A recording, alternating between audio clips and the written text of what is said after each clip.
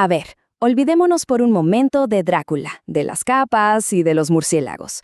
Hoy vamos a meternos de lleno en un concepto que es mucho, pero mucho más real y cotidiano, ¿saben? El vampirismo energético. Pero no lo veremos desde la fantasía, sino desde la psicología y el trabajo de la ocultista Dion Fortune, para entender qué es, cómo funciona y, lo más importante, cómo protegernos de forma práctica.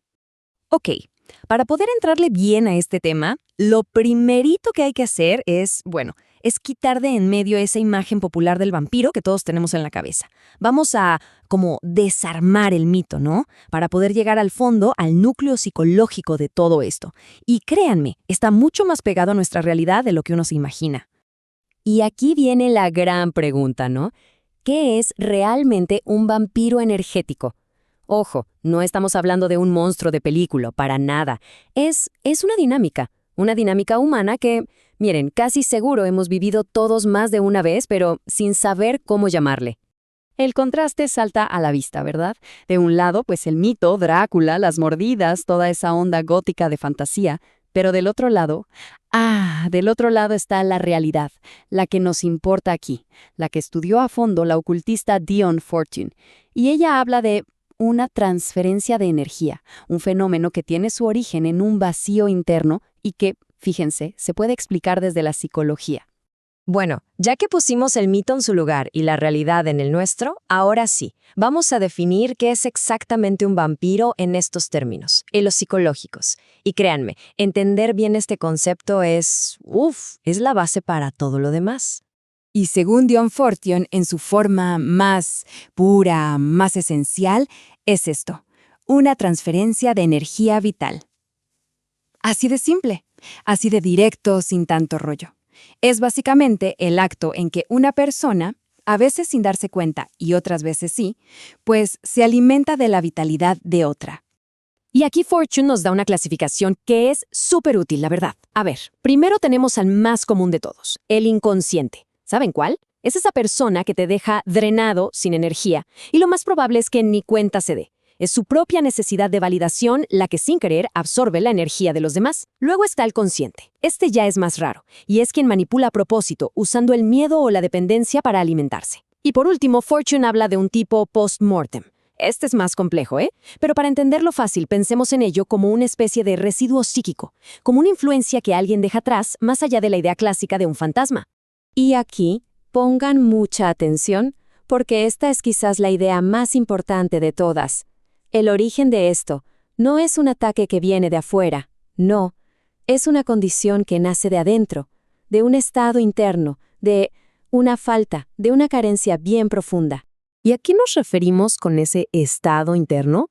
Pues miren, piensen en ello como grietas en nuestra propia energía, un vacío existencial muy hondo, una desconexión con nuestro propósito, esa falta de una identidad bien definida, o una dependencia emocional muy fuerte. Es justo por esas grietas por donde la vitalidad se nos puede escapar hacia otras personas. Ok, entendido. El vampirismo entonces nace de un vacío interno. Pero, ¿cómo pasa? O sea, ¿cómo funciona exactamente ese drenaje de energía? ¿Cuál es el mecanismo? Bueno, pues vamos a ver eso ahora mismo. El concepto clave aquí es algo que se conoce como cordones psíquicos. Y no se imaginen algo súper místico o raro, es más bien una forma de nombrar esos vínculos energéticos súper potentes que formamos con otras personas, ya sea por amor, por dependencia o incluso por un conflicto que sigue ahí, sin resolverse. Entonces, la pregunta del millón, ¿cómo nos desconectamos de eso? Pues hay una técnica muy práctica.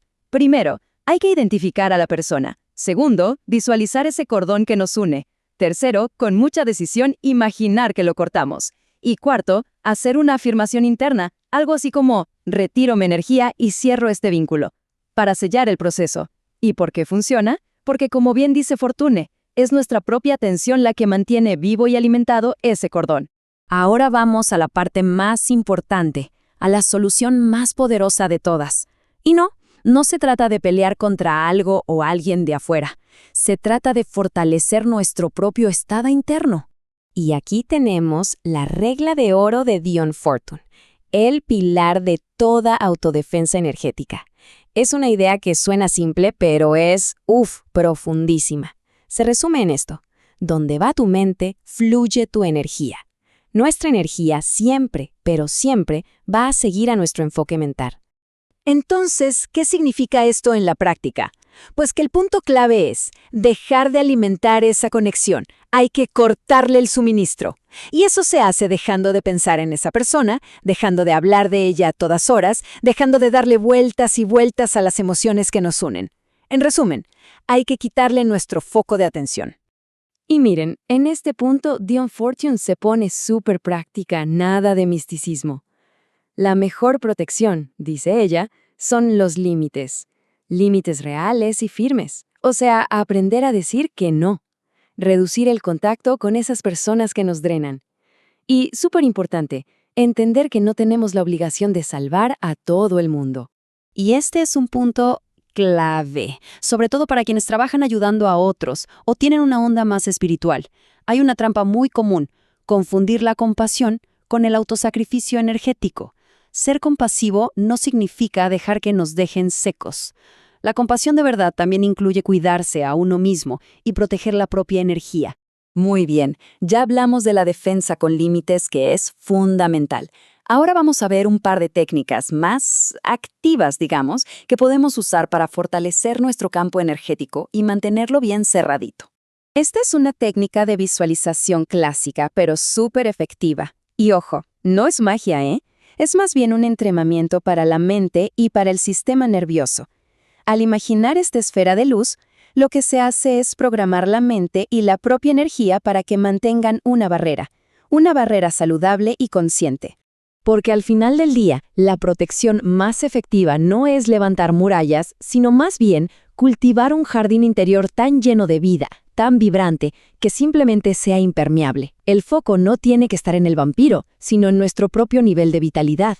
Cuando uno está lleno de energía, simplemente no hay por dónde se filtre. Así que la clave es sencilla: respirar conscientemente, moverse, salir a la naturaleza y, sobre todo, hacer esas cosas que nos recargan de verdad. Y claro, también están las advertencias de Fortune, que son importantísimas. ¿Qué es lo que no hay que hacer? Bueno, pues obsesionarse con los ataques, caer en una paranoia espiritual o ponerse a hacer rituales complejos que ni entendemos bien. Todo eso, en realidad, nos debilita mucho más de lo que nos protege. El miedo por sí solo ya es una fuga de energía enorme. Y vamos a cerrar con esta idea que le da la vuelta a todo y devuelve el poder a donde pertenece.